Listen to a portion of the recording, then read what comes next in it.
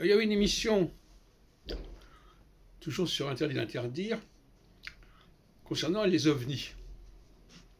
Et ce que je constate, c'est que l'astrologie n'était pas présente dans le débat. Bon, ça ne me surprend pas parce que actuellement mes travaux ne sont pas encore tellement connus.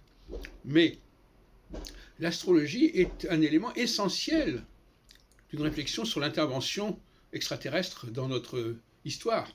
Tout comme d'ailleurs, d'une certaine manière, la Bible elle-même témoigne dans ce sens. Parce que ce qu'on appelle les dieux, ce sont en fait des extraterrestres. Je me réfère d'ailleurs à Jean Saint-Dié qui écrivait là-dessus, et que j'ai connu avant sa mort, en 78. Et donc, ce que nous appelons, nous, les dieux, hein, les dieux et les Elohim dans la Bible, ce sont en fin de compte des extraterrestres. C'est pas le Dieu originel, c'est pas le Dieu premier d'Aristote, c'est pas le premier moteur. Non, on parle bien des extraterrestres quand on lit la Bible. Bon, je crois que c'est une évidence. Bon, donc l'astrologie d'un côté, qui implique une technologie supérieure, parce que l'astrologie n'est pas un phénomène naturel. C'est pas naturel que nous soyons dominés d'une manière ou d'une autre par les cycles cosmiques. Les cycles planétaires, quand je dis cosmiques, ça veut dire en réalité les cycles planétaires de notre système solaire. Ça n'a rien de naturel.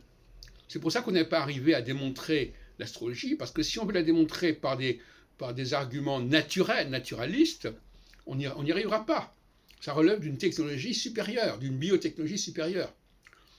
C'est-à-dire que nous sommes des cyborgs en fait. Nous sommes des cyborgs, je l'ai dit dans une autre vidéo, et par conséquent, ça veut dire que nous avons été fabriqués par des extraterrestres, d'une manière ou d'une autre.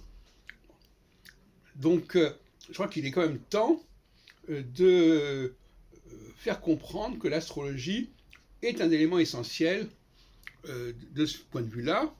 Et d'ailleurs, le fait d'avoir pu maîtriser le cosmos, d'avoir pu articuler le cosmos sur l'être humain, c'est déjà une supériorité technologique remarquable.